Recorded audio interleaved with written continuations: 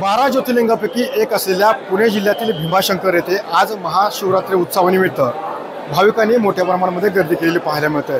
आपण सध्या आलो आहोत श्री क्षेत्र भीमाशंकर येथे। या ठिकाणी पाहतो की आज महाशिवरात्रीनिमित्त विविध फुलांची सजावट आहे ती करण्यात आलेली पाहायला मिळते।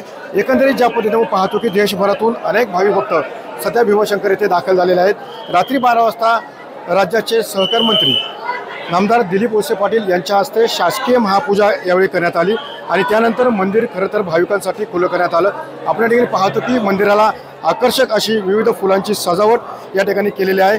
एकंदरीत आपण पाहतो की पोलिसांचा मोठा पोलीस बंदोबस्तही सध्या तैनात केलेला आपल्याला पाहायला मिळतोय। आपल्यासोबत पुजारी आहेत। मला सांगा, आज महाशिवरात्र आहे, 12 ज्योतिर्लिंगापैकी एक भीमाशंकर आहे, काय महत्त्व आहे महाशिवरात्रीचं? आज माघ शुद्ध द्वादशी प्रदोष आणि महाशिवरात्र हा जो योग आहे हा टोटल 250 वर्षांनी पहिल्यांदा आलेला आहे। त्याचप्रमाणे चार युग एकत्र आल्यामुळे हा कपिलाषष्ठीचा योग म्हणजे याला 250 वर्षांनी आलेला हा योग आहे। महाशिवरात्रीचं महत्त्व असं आहे की हा पुण्यपर्व काल समजला जातो। यामध्ये ऋग्वेदामध्ये शिवाची आराधना सांगितलेली आहे। या शिवरात्रीच्या काळामध्ये जो कोणी शिवाची आराधना करेल त्याला पुण्य प्राप्त होतं। त्याचप्रमाणे जो कोणी पीडित असेल, जो कोणी दुःखी असेल त्याच्या मनशांतीसाठी ही शिवरात्र शिवाची आराधना करण्यासाठी ही शिवरात्र साजरी केली जाते। भीमाशंकर येथे शिवपार्वतीचा गौरीशंकर शिवपार्वतीचा संगम आहे। शिवपार्वतीचा संगम असल्यामुळे इथे स्त्री आणि पुरुष दोन्ही मंदिरामध्ये दर्शन करू शकतात।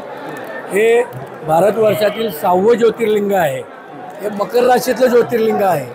त्याचप्रमाणे इथे महाराष्ट्रातील सह्याद्री पर्वतावरचं हे सगळ्यात उंच टोक असल्यामुळे इथे येणारा भाविक भक्त इथे पूर्णपणे निसर्गाने नटलेल्या अवस्थेमध्ये असल्यामुळे इथे भाविक भक्तांना दर्शन आतून गर्भगृहात दर्शन आहे।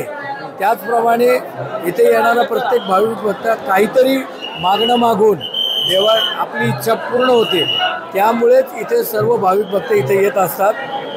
शिवरात्रीचं महत्त्व इथं शिवपार्वतीचा या दिवशी शिवरात्रीचं महत्त्व असं आहे की शिवपार्वतीचा लग्न सोहळा इथं आहे।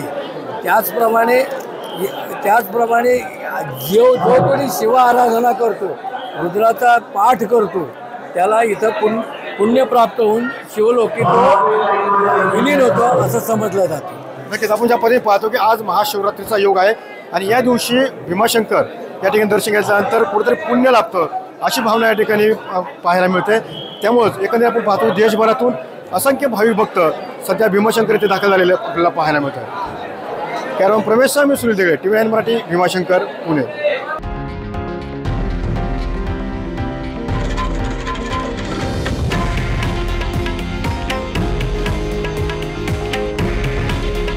हे आहे देशातील नंबर 1 न्यूज नेटवर्क आणि आपण पाहत आहात TV9 मराठी। काळजी तुमची, हित महाराष्ट्राचं।